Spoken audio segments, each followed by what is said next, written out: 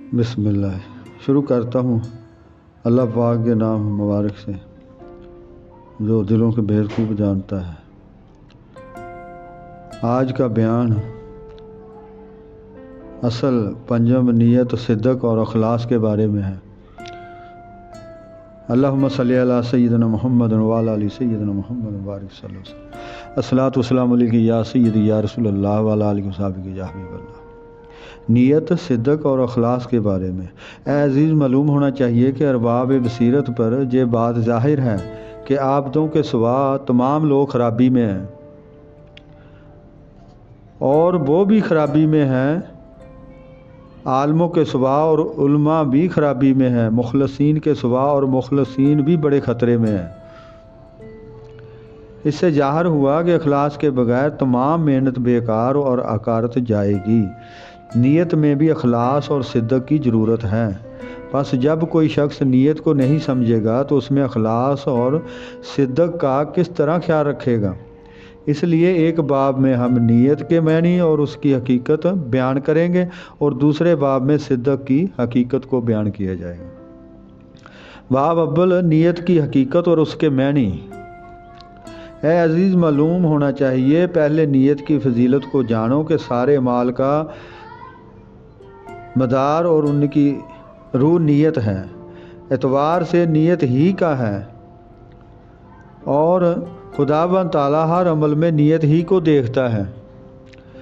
رسول خدا صلی اللہ علیہ وسلم نے فرمایا ہے کہ حق تعالیٰ تمہاری صورتوں اور کاموں کو نہیں دیکھتا بلکہ دل اور نیت کو دیکھتا ہے۔ دل پر اس لیے نظر کرتا ہے کہ دل نیت کا مقام ہے۔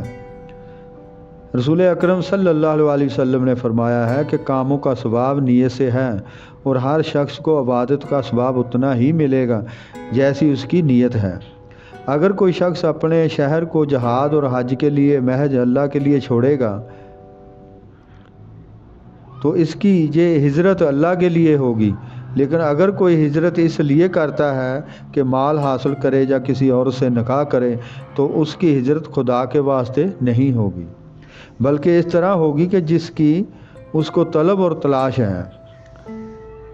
حضور صلی اللہ علیہ وسلم نے فرمایا ہے کہ میری امت میں بعض بہترین شہداء ہیں، اور بعض ایسے شہداء ہوں گے جو دو صفوں کے درمیان مارے جائیں گے، اور ان کی نیت خدا خوب جانتا ہے۔ آپ صلی اللہ علیہ وسلم نے مزید ارشاد فرمایا کہ بندہ بہت سے نیک کام کرتا ہے، فرشتے اس کو آسمان پر لے جاتے ہیں تو خدا بند تعالیٰ فرماتا ہے ان اعمال کو اس لیے نامہ اعمال سے مٹا دو کیونکہ اس نے یہ کام میرے لیے نہیں کیے، اور فلاں فلاں اعمال اس کے نامہ اعمال میں تحریر کر دو۔ فرشتے عرض کریں گے کہ اس بندے نے تو یہ کام نہیں کیے ہیں، تب حق تعالیٰ ارشاد فرمائے گا کہ اس نے دل میں ان کاموں کی نیت کی تھی۔ رسول پاک صلی اللہ علیہ وسلم نے فرمایا ہے کہ لوگ چار قسم کے ہیں۔ ایک وہ ہے کہ مال رکھتا ہو اور علم کے اقتضاء کے مطابق اس کو خرچ کرے۔ دوسرا شخص آرزو اور تمنا کے ساتھ کہتا ہے کہ اگر یہ مال میرے پاس ہوتا تو میں اس کو راہ خدا میں صرف کرتا۔ ان دونوں کا ثواب برابر ہے۔ اور تیسرا مال کو بے جا صرف کرتا ہے۔ چوتھا شخص کہتا ہے کہ میرے پاس مال ہوتا تو میں بھی ایسا ہی کرتا۔ ان دونوں کا گناہ یکساں ہے، یعنی فقط نیت اس عمل کا حکم رکھتی ہے جو نیت کے مطابق ہو۔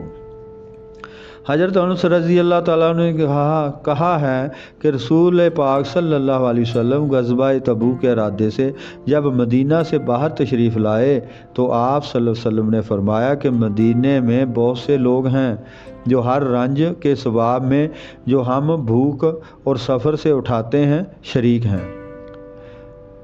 ہم نے رسول اللہ صلی اللہ علیہ وسلم سے دریافت کیا کہ ایسا کیوں ہے حالانکہ وہ ہم سے دور ہیں؟ رسول اللہ صلی اللہ علیہ وسلم نے فرمایا کہ وہ لوگ عذر کے سبب سے ہمارے ساتھ شریک نہیں ہو سکے، اور ان کی نیت ہماری نیت کی طرح ہے۔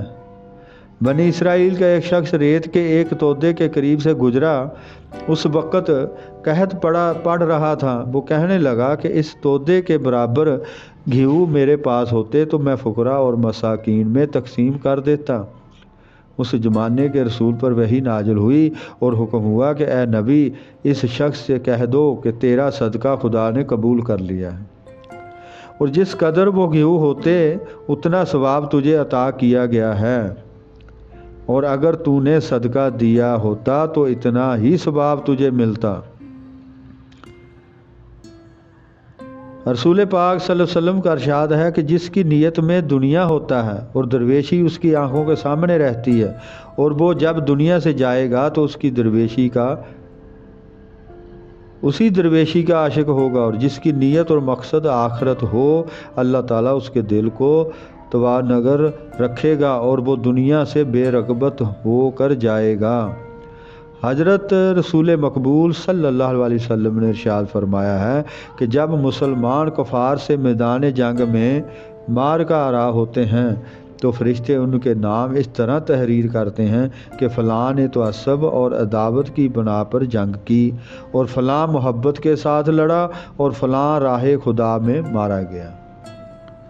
جو شخص توحید کو بلند کرنے کے لیے لڑے گا وہ مجاہد فی سبیل اللہ ہے۔ آج کا بیان یہیں پہ ختم کرتے ہیں۔ خدا ہمیں اس کو صحیح بیان کرنے کی توفیق عطا فرمائے، اپنے پیارے محبوب حضور سیدنا دو جہاں صلی اللہ علیہ وسلم دے صدقے ساری امت مسلمہ پہ خدا اپنی رحمت، اپنا مہربانی اور فضل و کرم فرمائے۔ آمین ثم آمین۔